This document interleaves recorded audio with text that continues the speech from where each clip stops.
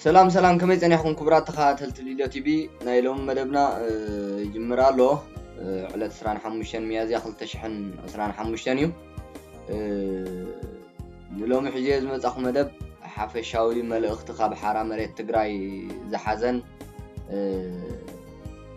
حرا مريت تግራይ ببزحي ካብ ወተሃደራት ናይ ደብረጽዮን ዝመርሖ TDF ናብ حرا مريت تግራይ بقصالي مسعودكم بوجله بولكي يصنبرخم زلون كونتات حزب تግራይን ዝገልጽ ክኸውን እዩ ናብ ተዋና መደብና ክናኣቱ ትግራይ ኣብዚ ግዜ እዚ ብሽፍታ ሻዕብያ ተወሪራ እያ ዘላ ብፍቃድ ናይ ደብረጽዮን ዝመርሖ ህወሓት ስለዚህ ጸልማት ያዘላ በቃ ክዕፍንዎ ንህዝብ ትግራይ ከጸልምትዎ ንህዝብ ትግራይ ድምጽ ዘይብሉ ሚድያታቱ ከዓጽዎ ንህዝብ ትግራይ ብዙሕ ክሰርሑ ጸኒሖም ዳርጋ ኩሉ ተዓዊቶም ሊኦም ተበልና ኻ ምግናን ኣይኮነም ምክንያቱ መፈንቀለ መንግስቲ ገይሮም ኣብ ትግራይ ንመንሰይ ትግራይ ናብ ስደት ክውሕዝ ገይሮሞ ውዕል ፕሪቶሪያ ፍሪሶሞ ኣብ ትግራይ እምባጋነን ዝኾነ ጉጅለ ሽፍታ ዝቋፀሮ ዘይብሉ ሓይሊ መስሪቶም ብዙሕ ነገር እዮም ሰሪሖም ስለዚ ህዝቢ ትግራይ ኣንፈቱ ኣጥፊኦምሉ ዘይምብርከኽ ዘይሰዓድ ተቃላሳይ ስለ ዝኾነ ህዝቢ ትግራይ በብቁርብ ቃልስታቱ ሕይሉ ክጅምር ሓራ መሬት ትግራይ መስሪቱ ክገጥሞም በትዝደልይዎ ምክንያቱ እዚኦም ዓመጽቲኦም ብዓመጽ የመጽዮም ብዓመጽ ክገጥሞም መንገድታቱ ጀሚሩሎ እምበር ሕጂ ኣብዚ ግዜ እዚ ኩሉ እምባጋነናት ጨቆንቲ ስርዓታት ዝገብርዎ ክገብሩ እዮም ጸኒሖም ዝተረፈም ወላ ሓደ የለን ንመንእሰይ ትግራይ ብቐትሪ ብተመልከተለይ ረሽኖሞ ኣብ ፈቆዶ አንጎሎ ጸጸኒሖም ተሓስባ ለኻ ናብ ሓራ መሬት ትግራይ ደጋፊ ግዜያዊ መንግስቲ ትግራይ ኻ ገለና በሉ ቀጥቂጦሞ ኣብ እስር ቤት እትዮሞ ብዘይ ፍርዲ ድላዮም እዮም ክገብሩ ጸኒሖም TDF ዝበሃል ንዓለም ዘስደመመ ታሪኽ ዝሰርሐ ጅግና ሰራዊት ትግራይ ከዓ ምስሉ ደዊኖሞ ጉዱድ ወተሃደርናቶም ገይሮሞ ባርያናቶም ገይሮሞ نحسابهم مقبل أبين مجزاتهم مقبل أبين جزء تخدقة لك هم شعبية مريت إيرتراز جبرو وين حزب إيرتراز جبرو أب جزء خيرهم أب كد مسويتون دكون عسيرهم نبتز دلي وبتاعي وصلوا تدليم يروشنوا تدليم دلاي كوتا هو حدسي أب إيرترا شفتها شعبية أب إيرترا نحزب إيرتراز جبرو كلني جبرنا تقول عسكرنا جميرو والله وملهم أبلات TDF نعلم زسدممه نشوعات هاجرات زسعر حيلي أريهم نعلم زسدممه جبنات سريحهم لومي أفكي سمم زي جزء حسابات بلوز حساب زمن جو من سياتنا TDF لومي رؤسهم كدنونو غير مالو سلازي حزب تግራይ ካብዝ ገደደ ናብዝ ገደደ ይኸይ ጸኒሕ ምክንያቱ ሸውዓተ ሃገራት እናጎዞ እናጨፍጨፈኦ ከሎ ከምዚ ሕጂ ህወሓት ደብረጽዮን ዝመርሐ ህወሓት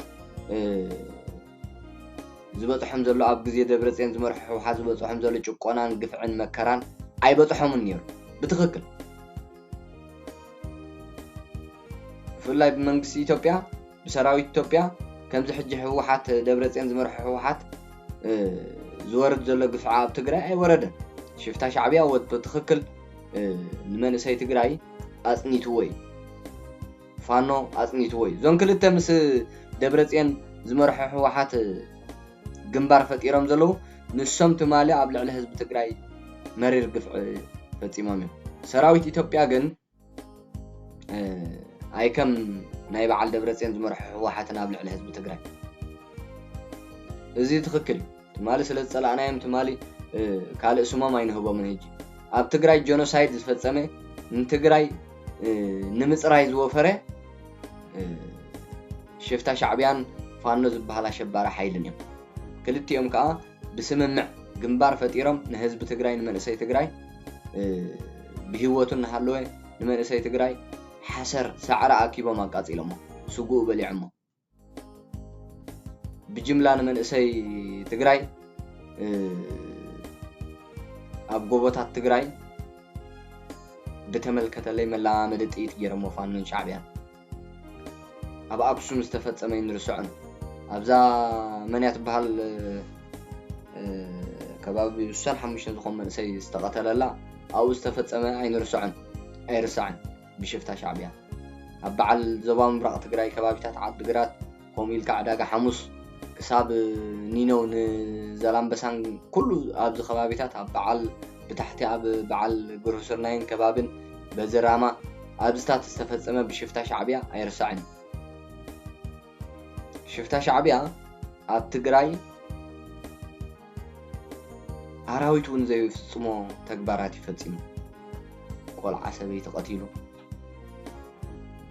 نبرت منقستن حزبنا أوديمو أعنيو نمن إسيات بهوتهم نهالو أسيرو ناب قلاي دربي مسفان نخوينو ناب تكزي حرشان زرعتن ناي حزب تقراي أقاصيلون عصيدون تاي زي قبر شفتا شعبيانا مسفان نخوينو سلازي يوم مزيومي تمحازي زلو مزيومي قنبار فتير زلو مزيومي صمدو فتير زلو إذا عمات وجل دبرتين زمرح واحد مزيوم جنبار فتيرون حزب تجراي داغماي تمالي زخفل كاي مسواتي أي عجبن حجقة كندو كتكفلني أخ إيلن حزب تجراي داغماي جينوسايد كفصماليو مزم حيلتات زيوم جنبار فتيرو زل شفتها بجل شعبية ندبرتين زمرح واحد جوه حيزو نهزب تجراي كابتت أكامل وعل بريتوريا بادو جيرو أي مس فيدرال منغستي أي هاب تجراي توعي منغستي كابزو خلو بادو جيرو والله سلازي هزب تجراي مرت عقايل ويو دوكو ليخو خا داغماي قالسي نحرنت نديمقراسي نمسل دك سبات نمسلو اب حرام مريت تግራይ منقسقاسات جميرلو ስለዚህ በብግዚኡ ህንገልጽ ከም ጸናሕና ማዕልያ ዘይብሉ ሓይሊ እዩ ንትግራይ ንምድሓን ህዝቢ ትግራይ ንምድሓን ኣብ ሓራ መሬት ትግራይ ዝኸይ ዘሎ ተዓቕምታት ላዕሊ በጽሕ እዩ እቲ ናይ ሓራ መሬት ትግራይ ጉዳይ ቀሲልና ክንርየና ኣብ ካልእ ግዜ ሕጂ ዓቕምታቱ ኣብ ዝለዓለ ደረጃ እዩ በጽሕ ዘሎ መዓልታዊ ትማሊ ኸማንሲ ትማሊ 67 ተጋደልቲ ገሊኦም ካብ ኣርምታት ገሊኦም ካብ ዝተፈላለዩ ሲቪል መናብሮ ገሊኦም ተማሃሮ 67 ብሓደ ግዜ ናብ ሓራ መሬት ትግራይ ተጸምቢሮም ኣለዉ ስለዚ ሓራ መሬት ትግራይ ኣብዚ ግዜ እዚ ሓይልታቱ ኣብ ዝለዓለ ደረጃ ዕጽፍ ጻፍ ናይ ደብረጽዮን ይኾን ዘሎ ደብረጽዮን ሓንቲ ግዜ እንድሕር ደኣ ስጉምቲ ክወስድሉ ንደብረጽዮን እንድሕር ደኣ ንደብረጽዮን ጀነራላቱን ንሱ ዞም ባራዩን እንድሕር ደኣ ስጉምቲ ጀሚሮምሉ ዕጽፍ ጻፍ ሰራዊት ኣብ ሓራ መሬት ትግራይ ዘሎ ክኢላታት መራሕቲ ወደብቲ ፖለቲከኛታት አክቲቪስታት ምሁራት አካላት ሓካይን አዘዝ ሰራዊት ዝሓቆፈ የሓራ መሬት ትግራይ ስለዚ ኣብዚ ግዜ እዚ ትግራይ መዕንደሪ ጥዑይ ጌራ መዕንደሪ ሽፍታ ሻዕብያ ከይኮነት እቲ ሓራ መሬት ትግራይ ስጉምቲ ክወስድ ናይ ወተሃደራዊ ቁመና ዓቕምታቱ ዛዚሚ ወዲ ስጉምቲ ሙሳድ ናብ መጥቃዕቲ ምእታዊ ተሪፎ ዘሎ ብሕጂ ጽቡቕ ኩሉ መንእሰይ ናብ ሓራ መሬት ትግራይ ክወርድ ኣለዎ ግን ዓቕሚ ሰብ እንዲናሲና ዓቕሚ ሰብ ውሒድና ሎጂስቲክ የብልና ቀረባት ኩሉ ነገር ዝበሃል ነገር የለን ኣብ ሓራ መሬት ትግራይ ኩሉ ሙሉእ መንእሰያዊ ዓቕሚ መሊእዎ እዩ ናይ ውትድርና ተመክሮ ዘለዎም መሊኦም እዮም ቁጠብኡ ኣብ ዝለዓለ ደረጃ እዩ ወተሃደራዊ ትሕዝትኡ ንህወሓት ንደብረፅዮን ዝመርሑ ህወሓት ንምግጣም ጥራይ ዘይኮነሲ ንሽፍታ ሻዕብያ እውን ካብ ገጽ መሬት ኤርትራ ክጸርግ ዝኽእል ዓቕምታት ወተሃደራዊ ዓቕሚ ወኒኑ ኣሎ ሓራ መሬት ትግራይ ስለዚ ትሪእዎ እንድሕር ዳኣ ኣለኹም ኮንኩም መዓልታዊ ዝወፅእ ጽሑፋት ኣሎ ናይ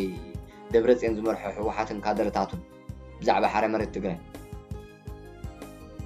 ምክንያቱ ልክዕ ከም ሽፍታ ሻዕብያ እዮም እንድሕር ዳኣ ንጸላእኦም ክጽውዑ ጀሚሮም ዞም ክልተ ሓይልታት ኦሬድ ተሸኒፎም ኣለዉ መዓልታዊ ከዓ ብዛዕባ ሓራ መሬት ትግራይ ጠምዮም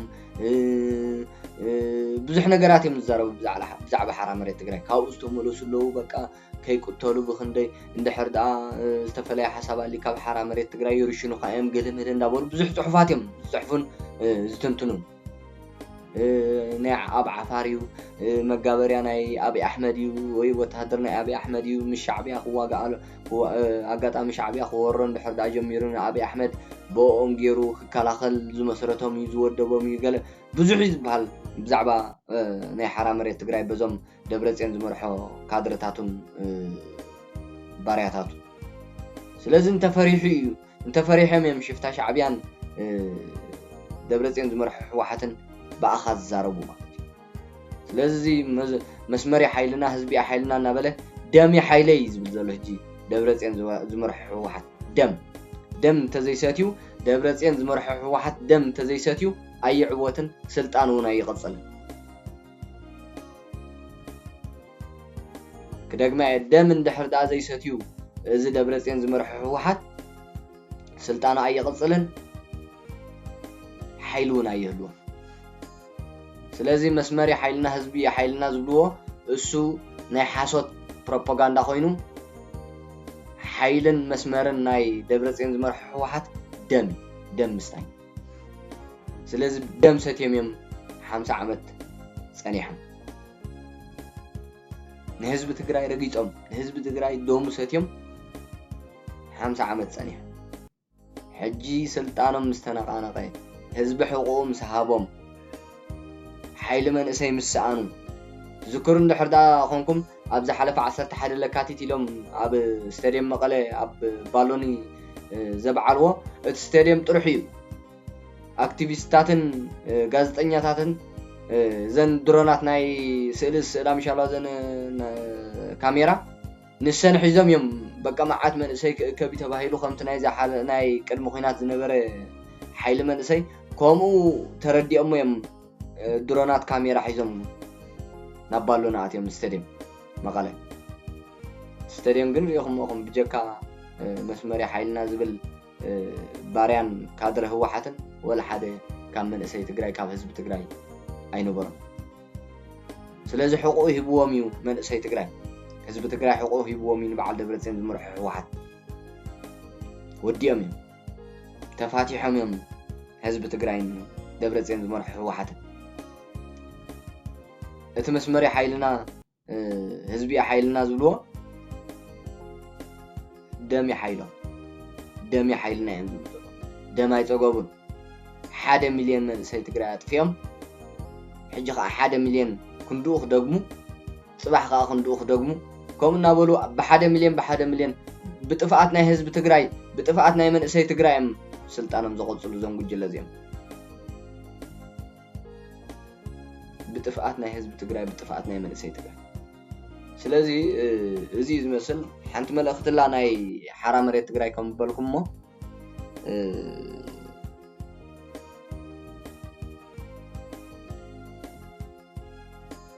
ኣበላ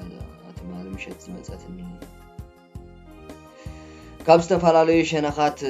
እንረኽቦ ዘለና ሞራልን ሓበሬታን ብጣዕሚ እናመስገና እዞም ዝስዕቡ ጉዳያት ከዓ ደጊምና ክንሕብር እንደለ ካብ ሓራ መሬት ትግራይ ዝብል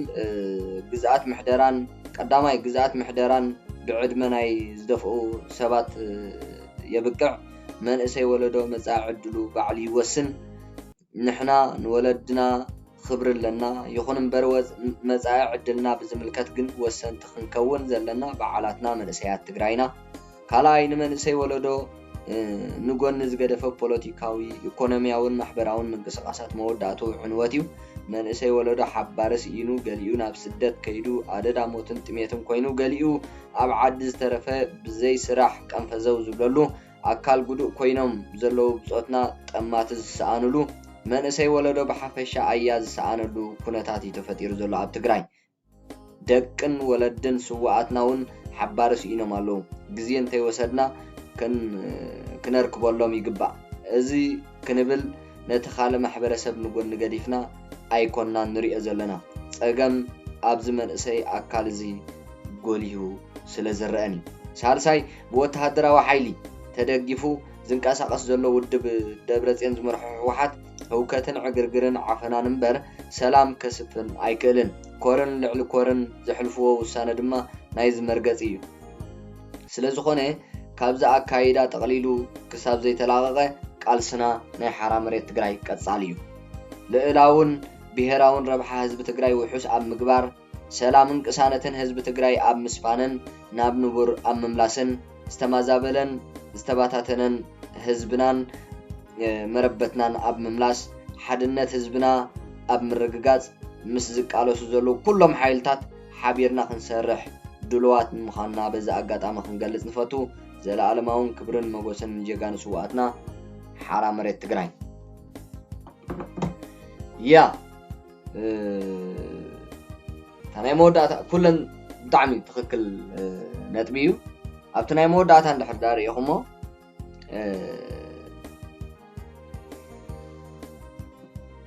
ምስ ሽፍታ ሻዕብያን ደብረፅዮን ዝመርሖ ህወሓትን ቃልሲ ገጢሙ ወይ ከዓ ንዕኦም ንምጥፋእ ወይ እውን ምስኦም ፅልኢ ሒዙ እዞም ሓይልታት እዚኦም ካብ ገጽ ምድሪ ክጠፍኡ ኣለዎም ኢሉ ምስ ዝቃለስ ሓይሊ ምስኡ ሓቢርና ክሳብ መወዳእታ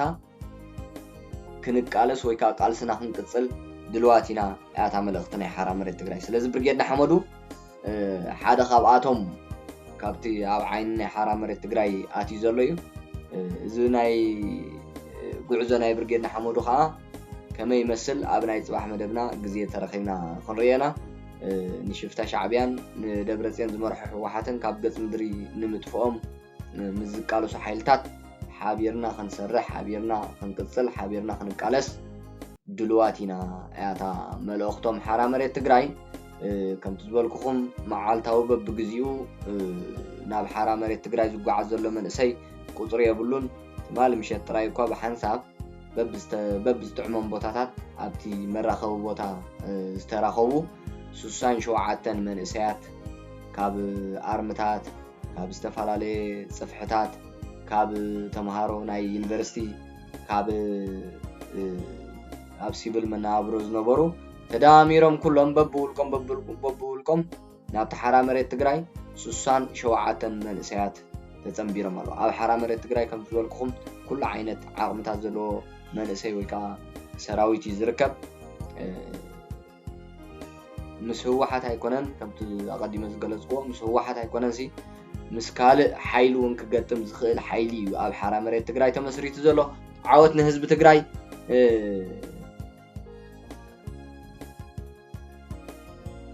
ድሕነት ሓርነት ንህዝቢ ትግራይ ኣብ ሓራ መሬት ዘሎ ሰራዊት ትግራይ ይዕወት ኣብ ናይ ፅባሕ መደብና ክሳብ ንረኸብ ክቡራት ተኸታተልቲ ሉለ ቲቪ ሰላም ሕደሩ ሰላም ወዓሉ ነቶም በኣኹም ብገሊኡ ቦታ ንጉሆ ዘሎ ሰላም ወዓሉ በዛዕነ ዘለኽዎ ከዓ ኦልሬዲ ለይትና ምዃኑ እዩ ሰላም ሕደሩ